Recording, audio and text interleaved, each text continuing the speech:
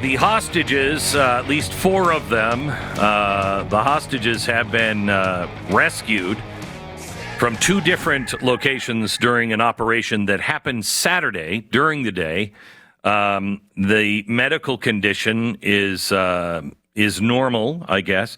Hamas-run Ministry of Health in Gaza said at least 274 Palestinians were killed and more than 400 injured in the operation. Gaza Ministry doesn't differentiate between fighters and civilians, so yeah. Spokesperson for the military put the figure fewer than 100.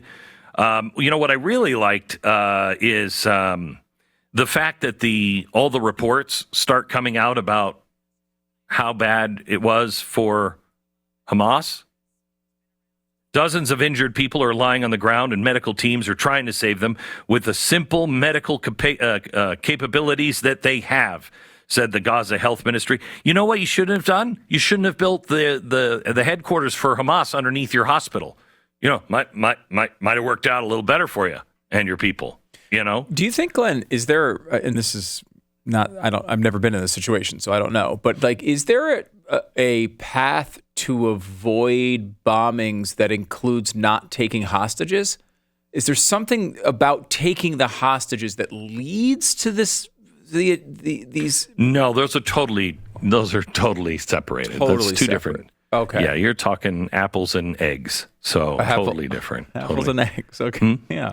Okay. Yeah. I just want to make sure because at some level, it almost feels like when you take hostages and you torture them and you keep them against their will and do all these horrible things, that might actually be the reason why the Israelis would come in. I don't know if it's tied.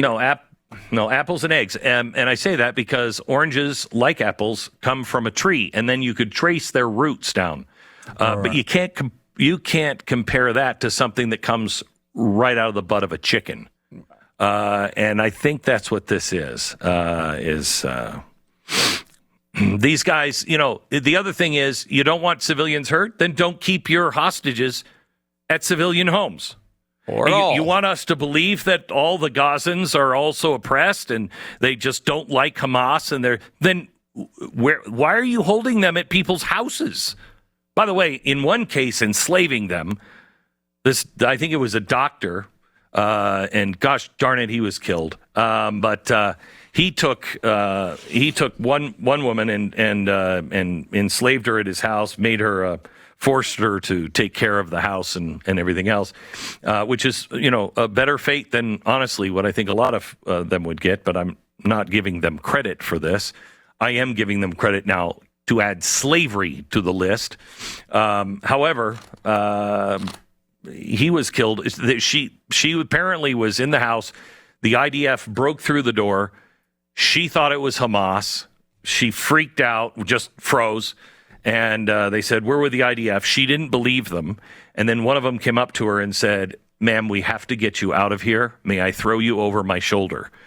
And she started crying because she knew that's not Hamas. And he threw her over his shoulder and got her out.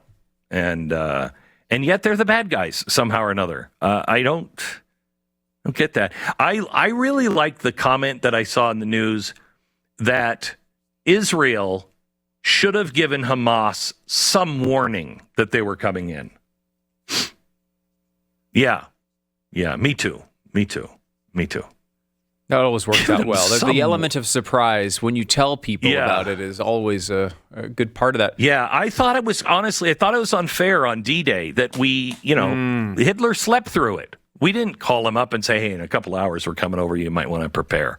We didn't give him any notice, Yeah, and it's weird because just because we have many reports and such about what Hamas's directive is if someone comes from the IDF or Israel decides to come for these hostages, shoot the hostages in the head. It would be interesting why we wouldn't give them a heads up, just say, "Hey, you need to get these people shot before we get there, or you're not going to be living up to your bargain with Hamas." Right. They're letting Hamas down. So, And what also is interesting is, we didn't give the heads up in D-Day, and nobody says that's wrong. But then we did give the Japanese 10 days' notice about the bomb and named the cities that we were going to drop it in, and we still get blamed for that one. I mean, I don't. I'm trying to understand. It seems like it doesn't matter what you do. Again, I don't just like the whole thing we were talking about earlier, I don't have any internal knowledge here, but it almost seems like when Americans or Jews are involved, that side always gets blamed no matter what the circumstances are. It can't possibly be that simple. Yeah. So, especially the Jews, when the Jews are involved. By the way, I was in the Czech Republic, and do you remember the documentary I did on Kurt Garon, the movie actor from Germany who was Jewish? He thought he was going to survive it, but he had been making fun of Hitler and the Nazis for like 5 years before they came to power. And not really.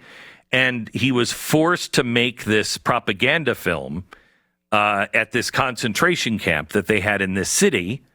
And it looked fantastic. I mean, everybody who was anybody in the Jewish, the scholars, the scientists, the orchestral players, et cetera, all the people that the German people might know, they were all sent to this one city in Czechoslovakia. It happened to be, I didn't even know it when I went. It's right outside of Prague.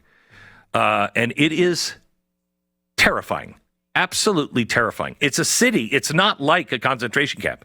It's like this beautiful little idyllic city. But if you know what they used it for, you're like, oh my gosh, this is creepy. And people still live there. They moved in afterwards. And it's almost, you'd like it, Stu, because you and I are fascinated by things like Chernobyl, that have this horrible history, and then they're just vacated for a long time. Mm-hmm. People just started living back in this city, and it's really, really weird. But one thing I noticed is that we're doing a lot of the same things that they were doing back then, which is, a little bit disturbing. Disconcerting. Mm-hmm. Yeah, a little bit. By the way, so we apparently provided support for the raid. Do you believe that? Normally, I would say yes. Yeah, like that's like our main, like that would be the thing, especially considering Americans were at stake. American lives are at stake with the hostages as well. You'd think it would be the main focus of our country right now, right? Like to make sure that we get our hostages back. I don't know. Now it's so strange because I don't understand. Biden seems to be very, very like back and forth on this, where he will sometimes say things that I think are actually pretty good, and then he'll completely reverse himself as soon as Ilhan Omar says something. Because I don't necessarily believe that we helped, but also I don't know why we would communicate that to the media either if we didn't help. It doesn't seem like that's the message Biden wants to send. Here's the bigger thing. Would Israel take our help for something like this? One leak, and it would have been all over. One leak. Yeah. Would you trust? You're going to bring the United States military and intel into that world and trust them to keep their mouths quiet? No way. Yeah, I don't believe it. Because even if I think it is, I think Israel said that, to kind of keep up the pretense that we're all in this together. But I would be shocked if it was the administration that said, let's do this together and let's keep it quiet. And it kept quiet. I mean, it's possible like we gave some guidance as to where we thought they were, maybe some surveillance that supported the operation. But not. You're right. I think as far as telling them when it was going to happen, I mean, just think of like every like schlocky intern that works for the Biden administration. Not that they get all that stuff, but there's so many of these advisors that are so anti-Israel. Even if you believe Biden is an old school Democrat and has some friendliness to Israel still, even if you buy that, you buy that he's Chuck Schumer 1997. If you want to believe that, or actually Joe Biden 1997, he's changed so many times. But like, if you believe that, maybe you'd think he'd still be in favor of this. But like, you can't trust any of the people around him. I mean, they're all like 28-year-old bloggers. Agency. Yeah, I know. And the intel agency, which is hand in hand now with the State Department, none of those people want to do anything for Israel. I would find it I would find it irresponsible on Israel's part to include anyone in the Biden administration into their plans, other than, hey, would you help us do some surveillance, satellite surveillance? Sure. When? Well, we just started the operation about 15 minutes ago. And here's what we'd like you to surveil. Mm-hmm. You know what I mean? Because that's the way some countries will do that with their allies. We start a war, we start something, and we'll call them up just as we're launching the war. So there's nothing they can do to stop it or hurt it. Yeah. And of course, that would be certainly a main concern of Israel. I will say, Glenn, have you ever seen another example, and I couldn't come up with one off the top of my head, but the other example in history where when you have an operation, a wartime operation, to free hostages, that the side that freed the hostages is the one getting the criticism? I can't think of another example ever. Like you mentioned the camps. Like, we killed a lot of innocent Germans in our efforts to free the camps. Right? Yeah. Like a lot of them, maybe more than we actually freed. That's something that we make movies about to honor the memory of those efforts. You don't criticize the army that's going in there and freeing the hostages.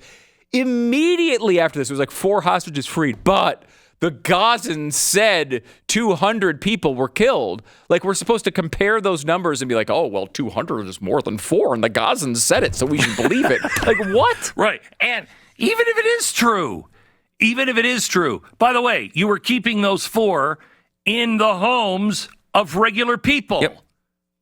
You're the one putting them in danger. You're the ones that built the infrastructure underneath the hospital. You did it because you like human shields. That's why they're there. So any of that stuff is just garbage.